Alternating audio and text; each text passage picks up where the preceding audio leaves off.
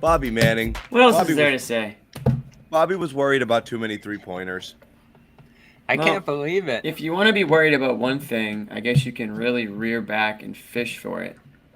But if you have Hauser, Slick House on your team, who cares House how many money? three? Who think cares how house many money might be three-pointers it. you take? Yeah. Who cares how many you take? They're going to go in. They're just Shoot going to more. go in. Yeah, for as far as I'm concerned, they're not taking enough. This is incredible what he's doing. Good spot to start. Plus 35 in this game, which is just ridiculous. Celtics win 126-101 Thank you, over the Jimmy. Atlanta Hawks. You can go, Bobby. Like, it's when we're sitting here worried preseason, oh, can he sneak in a few minutes? Can you sprinkle him in? Instead, he's swinging games in Yeah, his minutes. again, it wasn't a worry as much as it was like, okay, like you guys are telling us he's gonna play. We're like, Well, he all couldn't right. play last year. You had him last couldn't play year, last and you year. didn't play him a freaking second. Oh, this is what Sherrod keeps saying, is he's a different guy. You look at No, how... he's not. Why is No, my- he's not. Yes, he is. No, He's he's getting not. those shots off like they're nothing. I mean, you put him in that Bucks game last year. That's really the only one we saw him get extended run in, and he was solid. But that little flick of the wrist to Tatum, and then he's right into his release. It's crazy stuff. Plus, he's got some good poise on the defensive end now that clearly developed. I mean, more than anything else, him and Hauser. Him and Hauser are great success stories for Maine. I mean, they've developed some guys up in Maine over the years, but to tailor these two role guys to do what they want to do is really impressive. Sure, maybe there's some offseason improvements that he made that were so profound that that made all the difference. Maybe though, it's a combination of having matured a little bit himself, but really being just given a regular opportunity and all the difference it makes. And I'm not going to turn this into a Aaron Nesmith, Romeo Langford debate because I'm not comparing these guys at all. But that was always my argument for playing the guys. You'll never know if they can play until you play them. Sam Hauser, you had no idea if he could play until you played him, which is, I guess, why we were a little dubious when it started. Is like, sure, you're saying he's going to be a major contributor, but he couldn't crack the floor. He went from that to the NBA plus-minus leader and the league leader in three-point shooting percentage, and shout out Maine. The likely favorite to win the three-point shooting contest if they dare invite him. Dare invite him. Who's this guy? Everyone would be like, what? They have to invite him. I won't watch if they don't. Put Grant in it.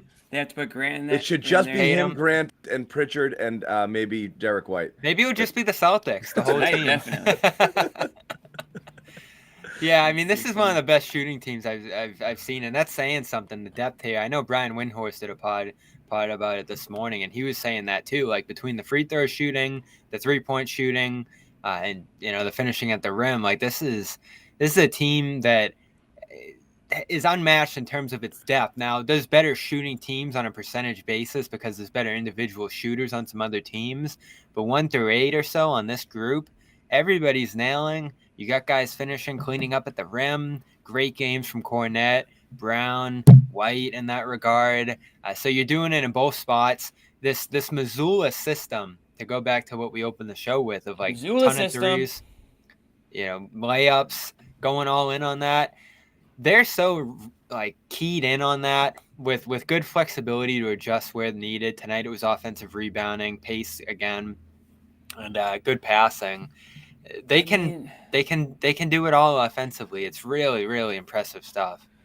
The craziest thing about this win was that they were up by, what was it? I think 9 at halftime, and Tatum and Brown did absolutely nothing. If anything, they were negative out there. And you look at the box score, and credit to them, they came alive a little bit in the second half, but just looking at the box score, I mean, it's just an attack from all over the damn map. It's just look at all Pritchard over, from ice cold off the end of the bench last 3 games. Look at all of it. What Jimmy was saying. Tatum's ice cold. Brown picks up his 4th foul a minute and 30 seconds or so into the third quarter in a game that the Hawks right away, right in the third, got it down to 4 points. Right off the bat in that third quarter. And off the bat in that third quarter, we're like, uh-oh. And they extended their lead from 9 to 19 in the third quarter without the benefit of Jaylen Brown playing at all. And Tatum basically not really getting off the mat offensively. They did that. They did that with the reserve. And again, I mean, it goes without saying, I'm unplugged here. It goes without saying It stops there and it starts here. We know who missed it. The game. You missed Brogdon. You missed Smart, and obviously Right. you've got Rob out. You're down again. Think about that. Yeah, Down 3 of your 7 best players. You go into Atlanta, that's been playing well, that beat the Bucks the other night, that looks good, is a quote contender, and you just blow them off the floor without even playing your best game. It's second team in a week that's kind of come in to face the Celtics with contender vibes.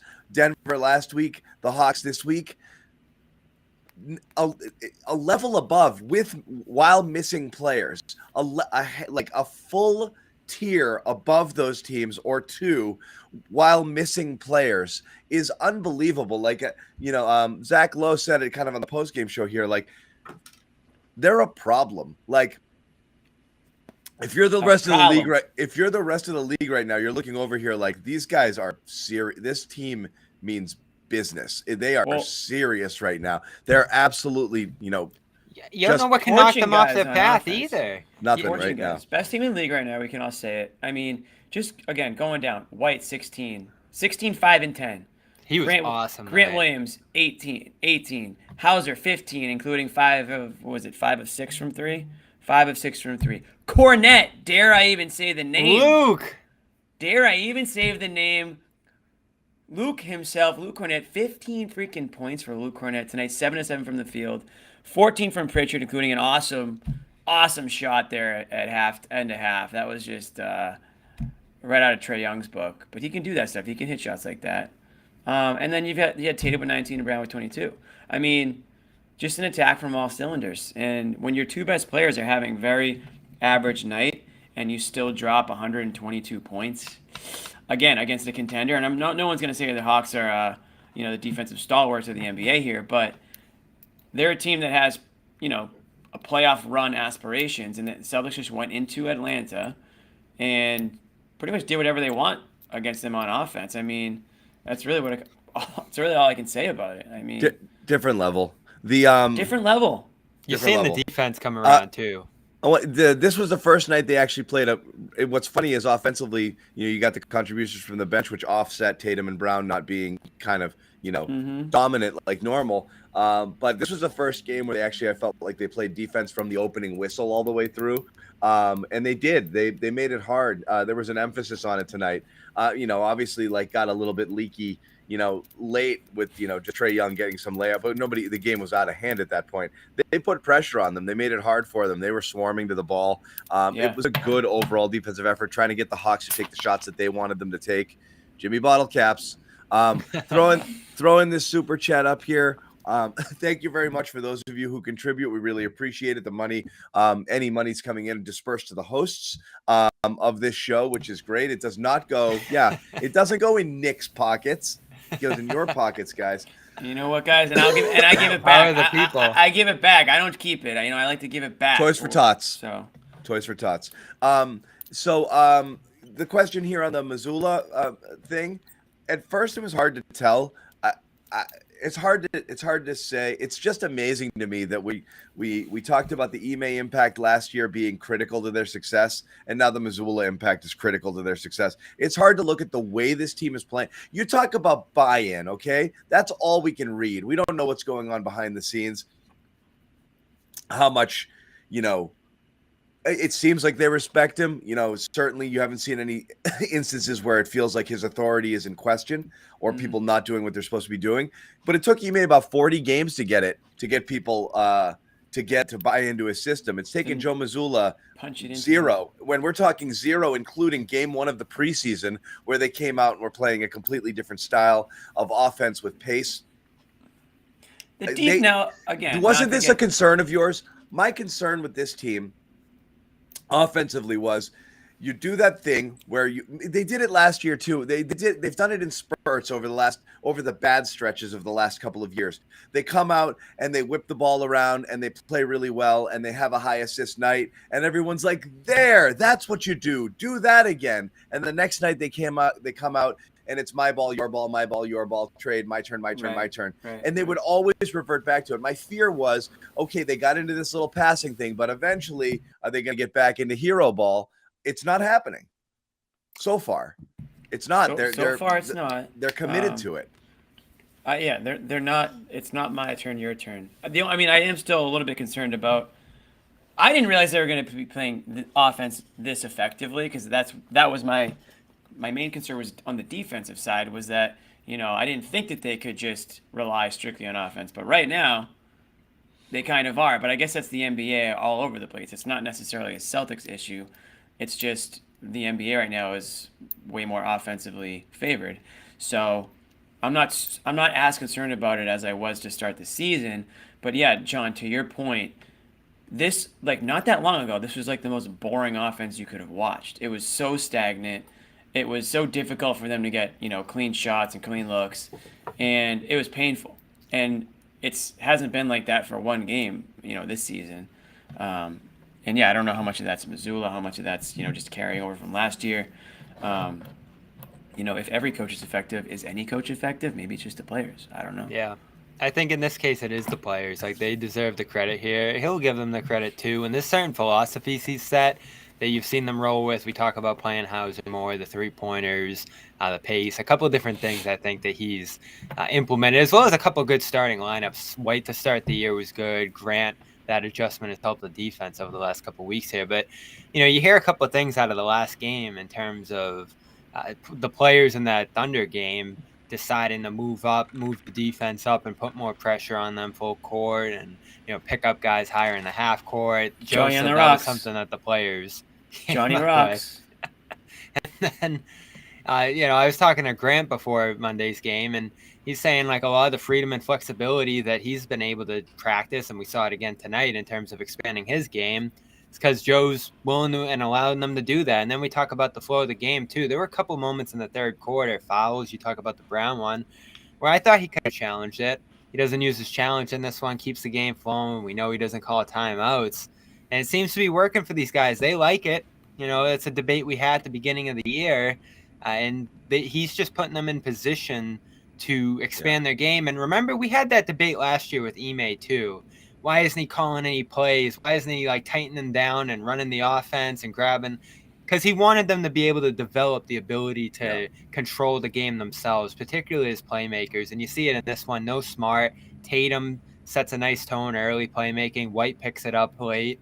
You have a bunch of different guys that can make plays on this team across the board. And that's why I'm not doing the Ime Joe thing. I think they were both very important. They obviously both worked together last year.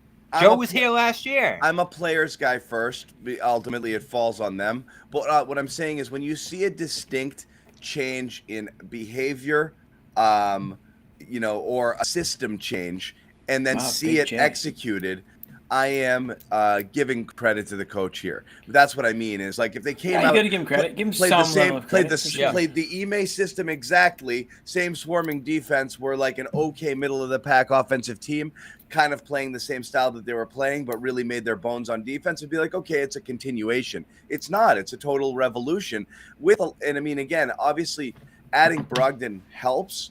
But it's basically the same team, and Brogdon's been out the last little bit, which is again what's so crazy to me here. And people are asking why this question here, why the interim tag hasn't been removed. I don't think you can do that until you resolve the Ime situation. You can't make him the full-time coach while Ime is still technically on suspension. So it's basically semantics. I think is that another legal thing we have to I don't think you can do it. I don't think you can do it. It's so the idea of I think they probably want to, and I think Joe knows. I did ask Joe that a couple of weeks ago. He was still interim. Still interim. But it's I think that's it. It's semantics at this point. But I don't think anyone here thinks Ime is going to be back as head coach. I don't even think Missoula had to do well, and I don't think he was going to be that. But here's what's so interesting is you look at this team and you're they're wow, they're deep, but it's the same team as last year with Luke. Oh, shut up. It's just what I mean is it's the same players. Yeah, you were banking on your guys to improve. Hauser existed last year. Luke existed last year. Pritchard existed last year. You weren't getting these contributions from them. Okay? Guys came back better across the. I look at Grant. How? Grant's a whole new player. They had almost no off season. How? I don't believe they made this kind of Look at improvement. Tatum. Do you don't think Tatum's better? Tatum is better, no question about it. You think all of those guys made leaps and bounds improvements in Tatum's 2 months? better. No, they're playing team basketball. That's the difference. They're not It's playing. the same core plus Yeah, it's the Brogdon, same core. and now they're deep as hell. You know, and But in they're the just finals, playing you're better like together. they have no depth. That's why they lost. You know. Yeah, and But It's you so know, bizarre. that wasn't the only reason they lost. They turned the ball over every chance they got. Yeah. They gave up on during games. I think they had obviously I think the turnovers led to just sort of bad attitude out there, and they just beat themselves. It is largely the same players, but they're playing together as a team. It's again, we just talked they're about it earlier. enhancing each other, right? I mean, Marcus Smart's playing the best team basketball any of us have ever seen him play. Yeah. Tatum had 8 assists tonight on an off night. Like he's at the point where even when he's not scoring, like he's affecting the game in other ways. And yeah, they are. Some of those bench players are playing better. Derek White is a different player right now. A completely different player. Right, completely different player. But John, that it's not like he's never been this area of good. That's why the Celtics traded for him and gave up a first. And it wasn't just out of nowhere. I mean, he's always been a solid player. It's so I think huge. I just think it took a little time. It's huge gains. That's what Grant's I find. Hitting shots like crazy still. If you saw a little improvement, that's fine. But Hauser going from unplayable, a guy who, if you put him out there, the other team's just gonna pick We'll on never him get on an defense. answer on that. Yeah, we'll never get an answer on that. That he was, if he played 5 minutes, the other team would outscore you 20-4, and the game would be over. Like that was the thinking. Cornette was jobless for most of last year, and Derek White was not even. He actually had 3 jobs.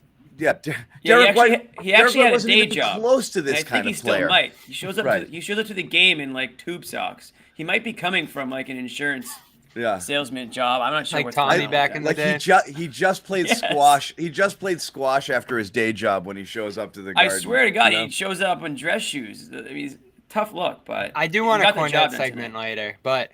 It's Well, insane. It's insane how good they are. How good how much better each of these guys got. You went from the bench being a real problem. When Gallinari went out, it was like, uh-oh. So really, they only added Brogdon. That means TP. No, but everyone is freaking, and now it's like, well, geez, you got to find Pritchard minutes when Brogdon and where's Smart are healthy. where's the other big man? Like all the worries from the offseason, they've settled in. Yeah, Derek White, like this is what I thought Derek White was going to look like last year. He didn't. So the people defending did in one game. The people defending how Derek White played last year, why? He was awful last year. This is not what he looked like. Tonight he was unbelievable. This is a victory lap for us. Yeah. We can actually acknowledge the real Derek White. Everybody else from last season. No, he's good. No, he wasn't. He was bad. Take an L. He's good defensively. Yeah. Offensively, he's looking like he's fitting in more. People are like, apologize. We'll take a W on you that. Apologize for defending that version of him. That guy sucked. You can't say it to us, told you so, because you were literally wrong that whole time. Now we can say, okay, yeah, this is a good basketball player. I keep waiting to wake up from it because, like I said, is the massive improvements from each of these players that now all of a sudden you're running lineups out there that are basically, Grant Williams, Blake Griffin, Cornette, Pritchard, and Hauser go, and they're doing okay. That's bananas. That one wasn't in there that long, but yeah, I saw that one too. I'm like, what? How is this viable? Joe likes to experiment for a few minutes each game. Wait, what was it? That was a wacky one. I might have it wrong, but it might have been Blake. Grant, Blake, Cornette, Pritchard, Hauser at one point. Like, that's not a real lineup. That's him just messing with the league right there. It's unbelievable, but they're good. They're extending leads with this unit. It's unbelievable. When we, our first full season on the show here, 2021, and it's just crazy to look back on the difference versus 2 years ago. Obviously, the roster's changed entirely, but the players who are still here, every night we'd be sitting here like, why don't they ever cut? Like, why don't they ever run up the floor? Like, all these little things. So if we're talking about what's basketball different, things, guys, their approach has been different. The system's different. It's so personnel's different. Whatever you want to say. The But movement without the ball, like not dribbling the air out of it. Just how little time it they spends do the in each right thing person's on every hands. possession. The Yeah. reads are all correct. Mhm. It's The so reads, different than the last year's spacing. offense. Yeah. I mean, this is unbelievable. I sent you guys this quote from Michael Malone on Friday before the game. And if you read this even last year and you're like, what team is this about? None of us would say the Celtics. He says they share the ball, 30 assists, only 7 turnovers, the 3-point line. They're getting it from so many people. You have 2 great one-on-one players who get the shot whenever they want, create separation from 3, get to the basket, finish, get to the free throw line. Tatum, 11 free throws. Now you put shooting around them. They run some really unique offense, a lot of smalls and a lot of cutting, and they do a great job off-ball movement, create confusion. They never ever did that. If Tatum even set one screen in 2021, we'd be like, whoa, we've never seen that before. Now he does it every night. Yeah, it's amazing. It's just running an offense, constantly moving, setting screens for each other, moving without the ball, relocating. It really is, and the spacing is just freaking unreal. And again, when you have when you have some guys who shoot, that space, makes all the difference. Right now, they said it. It just got demoralizing for Atlanta. It just was 3, and then another 3, and then another 3, and Derek White misses a layup but gets his own rebound, finds someone in the corner for another 3. Hauser in the corner. Hauser's just standing there. That's the worst. That's the cool. worst. You make a defensive play and it just ends up better for them after. Joe Missoula is 12-3 to start his head coaching career. That is tied with what Celtics coach for second best record? Give you a hint, 90s, I think. Chris Ford. That's 90s? No. 80s? It's early, yeah. It might have been early 90s. Yeah, that's what I was thinking, early 90s. But they were really bad in the 90s, so it's probably not 90s. The only Celtics head coach with a better record through his first 15 career games, Bill Russell. Wow. Way back, where it was just 6 teams, and they were playing plumbers and... Hey, don't insult Bill this year. And electricians and stuff like that. No, I'm not insulting Bill. I'm just saying that's how impressive this start for Missoula is. That it's happening against, the most talented players in the history of the game.